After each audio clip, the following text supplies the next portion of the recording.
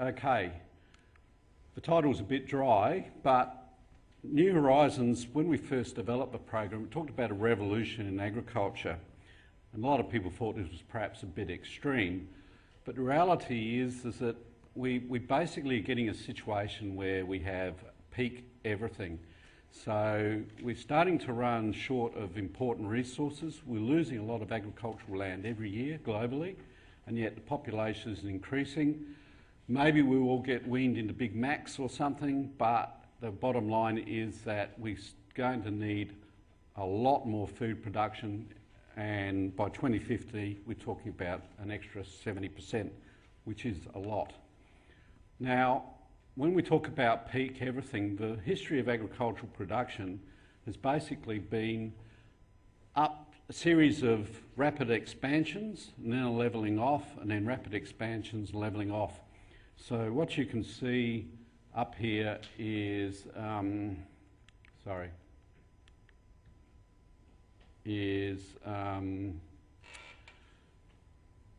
period to 1900 where we actually had an initial drop in production due to loss of phosphorus and other nutrients from newly planted soils.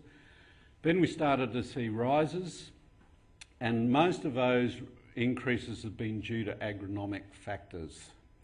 But apart from the drop in the millennium drought, food production, at least the rate of production, has evened off in Australia.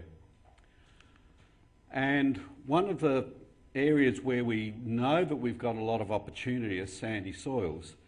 So around the state, these soils have a lot of issues which basically deliver low water use efficiency. So most people don't realise that almost half the soils in the state only use around about half available rainfall. And everybody thinks about drought as a big issue in Australia, and rainfall is our biggest limitation, but in actual fact it's more about crop water use efficiency. So these soils have a range of issues. They're water repellent, they have very low fertility, particularly in the subsoil horizons. They're acidic, or can be acidic. They're subject to compaction, basically shallow rooting depth, and very low soil organic carbon levels. Now, these things are quite important. These soils are very leaky soil. Water rushes through very quickly, and it doesn't hold much plant available water. So, with all the problems, of course, there are opportunities. And we've got about 2.8 million hectares of sands.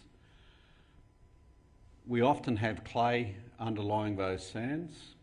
New machinery is developing, which is now possible to modify the soil down to about 40 centimetres. And previous research and farmer trials and demonstrations have basically shown that large increases in production just by adding clay and organic material to these soils. So New Horizons was developed from many years of work looking at what's happening with sandy soils, and what we've done is, because there's been a lot of work, there hasn't been a lot of science behind it. So a lot of farmers have gone out and done their own thing, not always with good results, sometimes with negative results. And the idea behind New Horizons was to try to prove that yes, we can aim, and we were aiming for doubling of yield on these soils, and then to understand the processes which are driving those yield increases, and to try and put some hard dollars on what the return is to farmers in what they do. Now, and this is quite important, because when we talk about soil modification, you can talk anything from around about $100 a hectare up to $1,500, $2,000 a hectare. So it's big bucks, particularly if you're a farmer and you've got 2,000 hectares of this stuff. So we have to get it right. Now, what we've done, we've established 3 trial sites in 2014. We tried to get a mix of rainfall zones, but also spread them around the state, and we tried to work with farming system groups in conjunction with this. So Brimpton Lake, which is about 30 kilometres or so northwest of Cummins on Eyre Peninsula, we're working with the Lower Ag Development Association. Karenda, we've been working with Mallee Sustainable Farming. And Kaji, which is 25 kilometres or north of Narracourt, we've been working with Killet Farm Management Group. And you can see that there's quite a mix of long-term rainfalls. The 2 years we've been running the trials has been very challenging because for every site we've had really dry springs, and some of the sites like Kaji have had some of the last rainfall they've recorded. So it's sort of, in some ways, the rainfall things are jiggled around a little bit because Brimpton Lake's probably had the highest rainfall.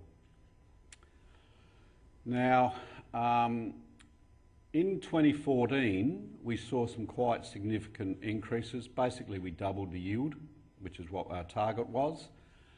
In 2015, we're still seeing water repellents as an issue at Kaji and Karenda, and that's even with some of the treatments. We do have plots with clay had higher emergence, except we're poorly incorporated. And one of the ideas we tried to get to is that there's been a lot of clay spreading done in the past, which has not necessarily given good results. And we think that's largely because the depth of incorporation of the clay has not been sufficient. And what we've also tried to do is that where we applied organic matter treatments, organic matter was loosened pellets or loosened hay, we know we were putting on a fair bit of nitrogen. So on other treatments, we've tried to add more bag nitrogen to try to balance that out a bit. But these are the results. So what you can see is quite a mix of responses to different treatments. Now, the treatments were designed to try and address the constraints which we talked about earlier, and these are percentage increases over the control. And it's really quite interesting, and I'll talk about some of the questions we have shortly. But I guess the bottom line is that spading, which is running a spader, a mixing machine down to 35, 40 centimetres, has given yield increases across all sites. We're not exactly sure whether that's purely because we've overcome compaction, because the Kaji site had never been cropped before, it didn't show any evidence of soil compaction, but it still responded to spading. But the spading influence seems to be deteriorating, even though the physical nature of the soil shouldn't be increasing, because these are trial plots and machinery traffic on it's pretty limited. The fertiliser treatments, now we put down high rates of fertiliser to anywhere between 25 to 40 centimetres. We're talking bag fertilisers, nitrogen, phosphorus, trace elements, potassium. So we put down quite a suite at quite high levels. We're getting some interesting results there. And you can see that the impact of the deep fertiliser placement seems to be lessening off. And in actual fact, at Kaji, which is really a concern, is that the high nutrient treatments actually are giving a significant response, negative response to the control, which is, yeah, very strange. The organic matter treatments in both years of the trials have shown the best responses, particularly in biomass, which I haven't got time to put up, but the biomass levels have been particularly high where we've put organic material down. So these are some of the questions which we have, some of the outstanding factors. We also did some economics based on the first year, and basically some of the treatments came up quite well. Anything above 25% is considered to be a good internal rate of return. So you can see that a number of the treatments did very well in the first year. We need to revise these economic figures because obviously these were based on projections that we were going to maintain the yield increases for each treatment, but in the second year that hasn't occurred for all treatments. One of the other things just to make note is that when we talk about a percentage increase, while the percentage increase in 2015 was not as great as the percentage increase in 2014, the actual yield increase was greater because the control sites yielded higher, particularly at Brimpton Lake and Kadji. So, we've lots of questions. Deep nutrition at Karenda. Now this is the interesting point is, Karenda responded really well to deep nutrition, yet it's the most inherently fertile of the three sites. The site which was most infertile was Kadji, has responded the worst. Tough one. Spading, the water repellent seems to be re-emerging, but we would have thought spading would have sold water repellents for quite a while. It hasn't. Organic matter, a range of questions. What's it actually doing? And we still need to know how long the effects are going to last. Now, despite us doing all this work and trying to get the research, farmers are doing this stuff for themselves. So this is a trial Karenda seeps, which I think Bernie up the back there has been involved with. There's some really big responses, and what you can see is where you put the organic material down low, in this case it was chook manure, you can see a lot more root mass. And this is our basic, I guess, hypothesis, but if we can grow more root mass at depth, we'll intercept more water and have better nutrition uptake. This is a return on chicken manure this is from Chris McDonald's work, and it just shows that even in the first year, the chicken manure treatment paid for itself. Now, if we get a longer term benefit out of that, it's a real win-win situation. On Eyre Peninsula, we have one farmer who went in and set up his own demonstration using 1 hectare plots. These go from a sandy rise, which had been delved, down to a flat, with a heavier flat. You can see that big yield increases again. Even on a delved sand, we're still talking 1.5 tonne yield increase where we put the organic material. And those yields are actually averaged over the flat and the hill. So on the dune, it might even be better increase than that. He thinks that with what they did, because they bought everything in and had a contract to do the work, he thinks they could cover their cost in 5 years if those yield increases are maintained.